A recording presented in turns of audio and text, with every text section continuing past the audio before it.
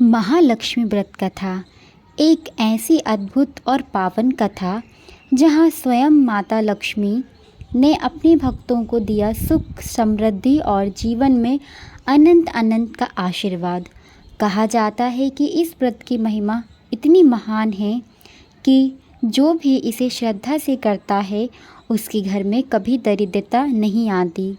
आज हम आपके लिए लेकर आए हैं महालक्ष्मी व्रत की पौराणिक कथा, जो न केवल आपकी आस्था को गहरा करेगी बल्कि आपके जीवन को भी बदल सकती है। तो चलिए शुरू करते हैं महालक्ष्मी व्रत कथा। भाद्रपद अष्टमी से 16 दिन तक अवश्य पढ़ें यह श्री महालक्ष्मी व्रत कथा। ओम श्री महालक्ष्मी नमः। श्री गणेशाय नमः। एक समय महर्षि श्री वेद व्यास जी हस्तिनापुर पधारे। उनका आगमन सुन महाराज धृतराज उनको आदर सहित राजमहल में ले गए। स्वर्ण सिंहासन पर विराजमान कर चरणोदक ले उनका पूजन किया।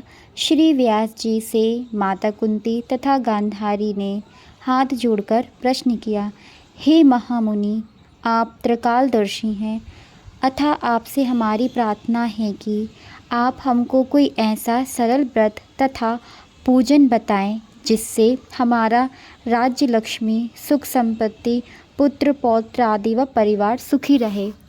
इतना सुन श्री वेद व्यास जी कहने लगे, हम एक ऐसा व्रत व पूजन का वर्णन करते हैं जिससे सदा महालक्ष्मी का निवास होकर सुख समृद्धि की वृद्धि होती है।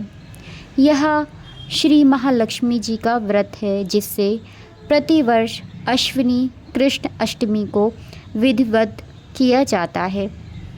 हे महामुने, इस व्रत की विधि हमें विस्तार पूर्वक बताएं और कृपा करें। तब महर्षि वेदव्यास जी बोले, हे देवी, यह व्रत भाद्रपद शुक्ल अष्टमी से प्रारंभ किया जाता है। इस दिन स्नान करके 16 सूत के धागों का एक डोरा बनाएं। इसमें 16 गांठ लगाएं। हल्दी से पीला करें। प्रतिदिन 16 दूबा व 16 गेहूं के डोरे को चढ़ाएं। अश्विनी यानी कुंवार कृष्ण अष्टमी के दिन उपवास रखकर मिट्टी के हाथी पर श्री महालक्ष्मी जी की प्रतिमा स्थापित कर विधि पूर्वक पूजन करें। इस प्रकार श्रद्धा भक्ति सहित महालक्ष्मी जी का व्रत पूजन करने से आप लोगों की राज्य लक्ष्मी में सदा अभिवृद्धि होती रहेगी। इस प्रकार व्रत का विधान बताकर श्री वेद व्यास जी अपने आश्रम को प्रस्थान कर गए। इधर समय अनुसार भाद्रपद शुक्ल अष्टमी से गांधारी तथा कुंती अपने अपने महलों में नगर की स्त्रियों सहित व्रत का आरंभ करने लगीं। इस प्रकार 15 दिन बीत गए। 16वें दिन अश्विनी कृष्ण अष्टमी के दिन गांधारी ने नगर की सभी प्रतिष्ठित महिलाओं को पूजन के लिए अपने महल में बुलावा दिया। माता कुंती के यहाँ कोई भी महिला पूजन के लिए नहीं आई। साथ ही माता कुंती को भी गांधारी ने नहीं बुलाया। ऐसा करने से माता कुंती ने अपना बड़ा अपमान माना। उन्होंने पूजन की कोई तैयारी नहीं की एवं उदास होकर बैठ गईं। जब पांचों पांडव युधिष्ठिर, अर्जुन, भीम, नकुल और सहदेव महल में आए तो कुंती को उदास देखकर पूछा, हे माता, इस प्रकार उदास क्यों हो? अपने पूजन की तैयारी क्यों नहीं की? तब माता कुंती ने कहा, हे पुत्र, आज महालक्ष्मी व्रत की उत्सव गांधारी के महल में मनाया जा रहा है। उन्होंने नगर की समस्त महिलाओं को बुला लिया और उनके 100 पुत्रों ने मिट्टी का एक विशाल हाथी बनाया, जिस कारण सभी महिलाएं उस बड़े हाथी का पूजन करने के लिए गांधारी के यहाँ चली गईं, लेकिन मेरे यहाँ नहीं आईं। यह सुनकर अर्जुन ने कहा, हे माता, आप पूजन की तैयारी करें और नगर में बुलावा लगा दें कि हमारे यहाँ स्वर्ग से ऐरावत हाथी की पूजा होगी। इधर माता कुंती ने नगर में ढिंढोरा पिटवा दिया और पूजा की विशाल तैयारी होने लगी। उधर अर्जुन ने बाण के द्वारा स्वर्ग से ऐरावत हाथी को बुला लिया। इधर सारे नगर में शोर मच गया कि कुंती के महल में स्वर्ग से इंद्र का ऐरावत हाथी पृथ्वी पर उतरकर पूजा कराएगा।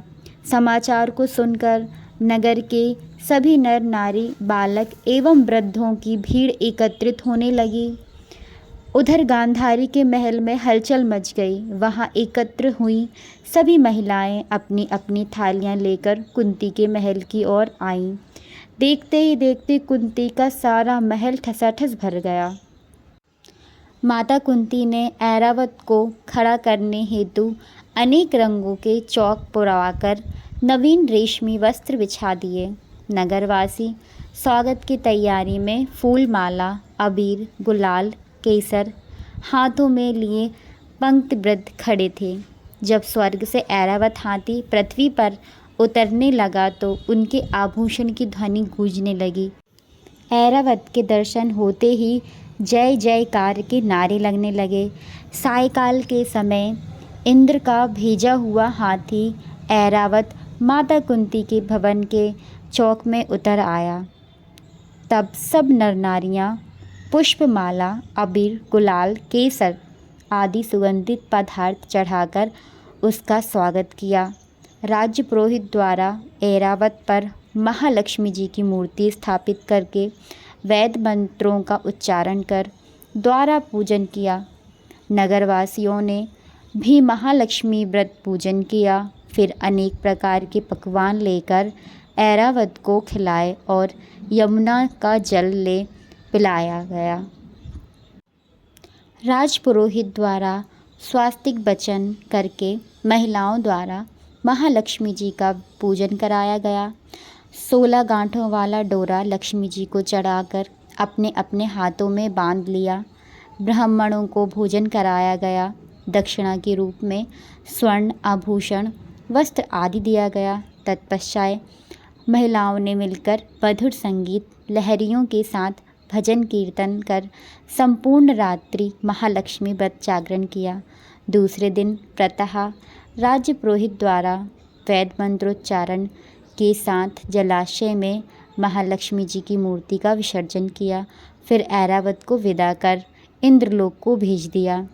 इस प्रकार जो स्त्री भी महालक्ष्मी जी का विधि पूर्वक व्रत पूजन करती हैं उसके घर में धन धान्य से पूर्ण रहती हैं तथा उनके घर में महालक्ष्मी जी सदा निवास करती हैं।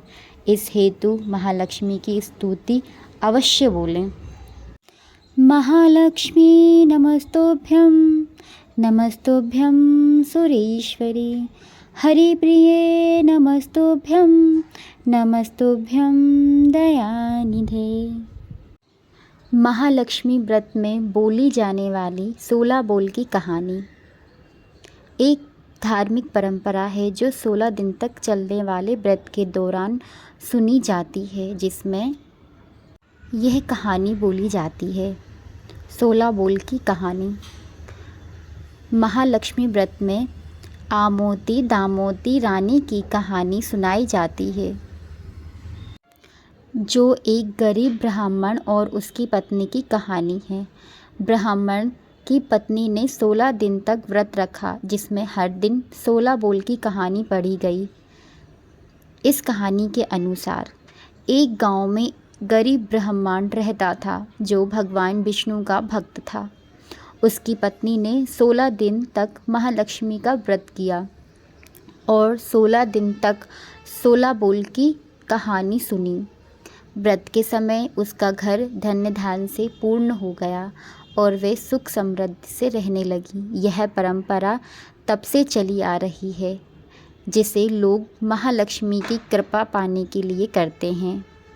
व्रत के दौरान के उपाय। महालक्ष्मी व्रत के करते समय ये उपाय अवश्य करना चाहिए। घर की पवित्रता। व्रत के दौरान घर को साफ सुथरा और पवित्र रखें। सात्विक भोजन। व्रत के दौरान प्याज, लहसुन, तामसिक भोजन और गैर मौसमी व भारी खाने से बचें। पूजा की सामग्री में माँ लक्ष्मी को कोड़ियों, कमल का फूल, शंख, कमलगट्टा और मखाने अर्पित करें। दीपक प्रज्वलित करें। घर के प्रवेश द्वारा एक और घी का दीपक जलाएं और इससे माँ लक्ष्मी घर में वास करती हैं। श्री यंत्र स्थापित करें। घर में श्री यंत्र स्थापित करें और उसकी नियमित रूप से पूजा करें। 16 गांठों वाली डोरी। महालक्ष्मी व्रत करने वाले व्यक्ति को बाएं हाथ में 16 गांठों वाली एक डोरी पहननी चाहिए। धन धान्य की प्राप्ति। पूजा के बाद कौड़ियों को लाल कपड़े में बांधकर तिजोरी में रखें, इससे धन की प्राप्ति होती है। श्रद्धा और भक्ति के साथ माँ लक्ष्मी को प्रसन्न करने के लिए विधि विधान और सच्ची श्रद्धा से उनकी पूजा करें। अब 16 बोल की वो कहानी। आमोती दामोतिन रानी, पोला पर ऊँचो सो पर पाटन, गांव जहाँ के राजा मगर सेन दमयंती रानी। कहें कहानी सुनो हो महालक्ष्मी देवी रानी, हमसे कहते तुमसे सुनते 16 बोल की एक कहानी। ये कहानी को 16 बार दोहराएं।